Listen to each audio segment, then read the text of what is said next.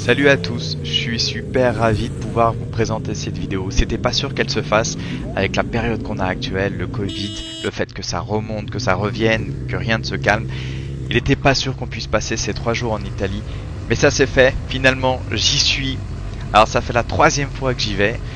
C'est un circuit qui les 2 premières fois m'avait pas énormément plu, et puis là cette fois-ci, cette année, je peux le dire, j'ai adoré le circuit. Il est génial. Il a des difficultés. Je suis venu comme un conquérant, un peu à la manière de Lorenzo, à venir en plantant mon drapeau sans avoir fait le moindre tour dessus, convaincu que j'arriverais à faire un super bon chrono. Mais au final, ça s'est pas passé comme je voulais. Je vais vous présenter au fur et à mesure les défauts que j'ai eus, les qualités qu'il faut avoir sur ce circuit. Je vais vous montrer différents passages, donc notamment mes meilleurs tours. Je vais vous présenter aussi un petit passage avec mon ami qui a donc le S1000 RR rouge qu'on voit au tout départ de la vidéo. Et le passage avec mon pote qui a une V4R qui a été très surprenant cette année. En quelques mots, les chronos du groupe. Donc en partant, je vais vous donner juste le nom des motos, pas forcément des propriétaires. Le S1000 RR rouge 2019-2020, il a fait 2 minutes 03 68. Le V4R, il a fait 2 minutes 04 55. Le R1 bleu, je crois qu'on ne le retrouvera pas sur la vidéo parce que malheureusement j'ai pas eu le temps d'être souvent derrière lui quand il roulait vite. 2 minutes 05 44. Et malheureusement pour moi, j'ai été le plus lent du groupe. J'ai fait un 2 minutes 06 2. Alors oui, c'est pas le meilleur chrono du groupe. Malheureusement, j'ai pas réussi à corriger mes défauts pendant les 3 jours. Et on va profiter de cette vidéo pour pouvoir vous les mettre en avant. Je donne quand même quelques références et quelques infos. Donc le circuit du Mugello se trouve en Toscane, en Italie. Il fait à peu près 5 km 245. C'est les données qui sont données sur Wikipédia, j'ai rien inventé. Le record a été fait avec Fabio Quartararo en 1 minute 45 845. C'était au Grand Prix en 2019. La largeur, c'est à peu près 14 mètres, c'est un circuit qui est très large. Le circuit est proche de Florence. Donc, si vous y allez, n'hésitez pas à aller visiter Florence, c'est quand même une super belle ville. Maintenant, je vous laisse découvrir la vidéo. Merci à tous. On attaque sur le virage 6 et 7.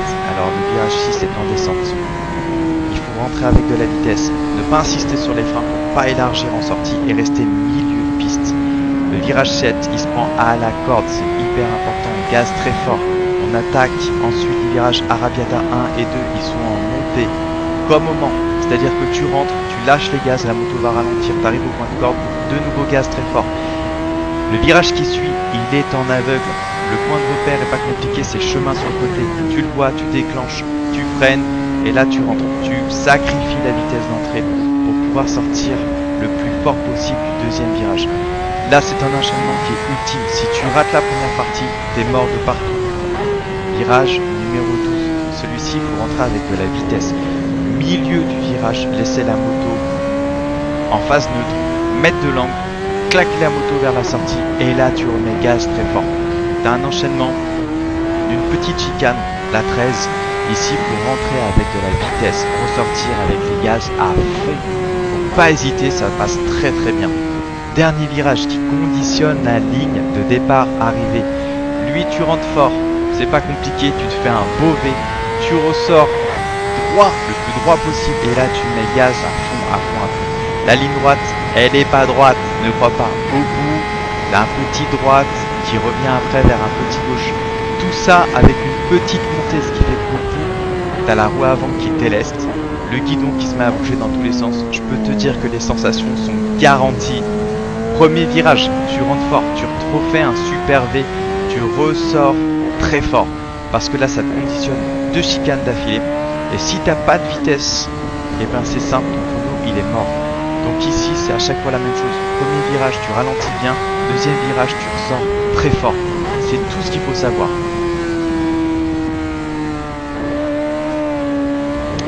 Voilà, là on a fait notre tour au complet. On réattaque sur le virage qu'on a vu au tout départ.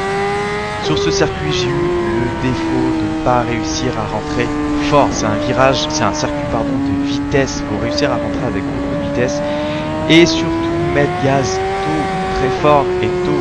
On est avec des 1000, ça a de la puissance et c'est là où tu gagnes sur cette piste. Donc mon conseil, quand tu y vas, tu prends des putains de points de repère. C'est essentiel, si tu n'as pas de points de repère, de toute manière tu es perdu. Donc, point de repère, où tu freines, où tu déclenches et quand tu peux remettre gaz fort, parce que bien souvent tu vas déborder sur certains virages à l'extérieur du vibreur. Si tu n'as pas tes points de repère, jamais tu n'arriveras à sortir correctement. Donc voilà, c'est un petit peu mon expérience sur les 3 jours. Là, je vous ai partagé mes 3 meilleurs tours en même temps que je les ai commentés. Surtout si vous faites ce trip-là, ramenez du pneu.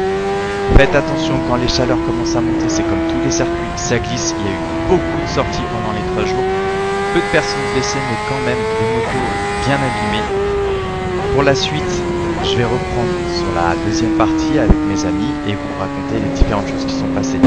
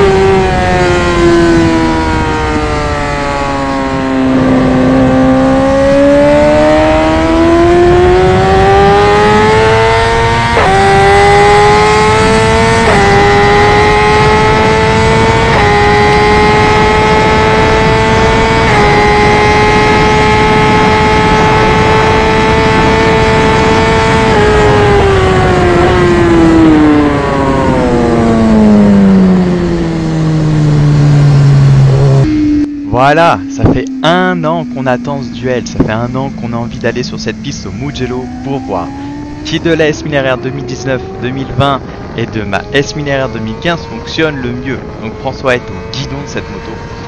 Bon, j'ai pas cassé le suspense pour rien, mais honnêtement sa moto marche hyper bien, mieux qu'un V4R, mieux qu'une RS V4100. Au guidon, très clairement, tu sentiras pas que ça fonctionne de folie, tu vas pas dire ouais, il y a un moteur de dingue qui arrache comme pourrait le faire le V4 ou le Crossplane. Par contre, dans les faits, dans la ligne droite, c'est une moto qui remonte toutes les autres. Donc c'est donné à 207 chevaux. Celle-ci dispose d'une ligne et d'un filtre, mais honnêtement, ça ne te fait pas gagner 20 chevaux. Donc c'est clair que le moteur de la S1000 RR, il arrache comme les anciens modèles. Il est donné pour une puissance de 207 chevaux, mais c'est 207 chevaux à la roue, c'est pas possible. Elle marche vraiment très fort. François, cette année, m'a complètement pulvérisé. Il a été meilleur à tous les niveaux. Je vous laisse profiter de cette caméra embarquée avec sa moto. Ça sera pas son meilleur tour. Je crois qu'il fera un 2 minutes 05 pendant cette session. Mais bon, voilà, cette année, sur cette piste, il a été meilleur. Il y a des chances qu'on puisse se retrouver sur d'autres circuits aussi prestigieux que le Mugello. Mais en attendant, je vous laisse profiter de cette vidéo parce que je la trouve géniale.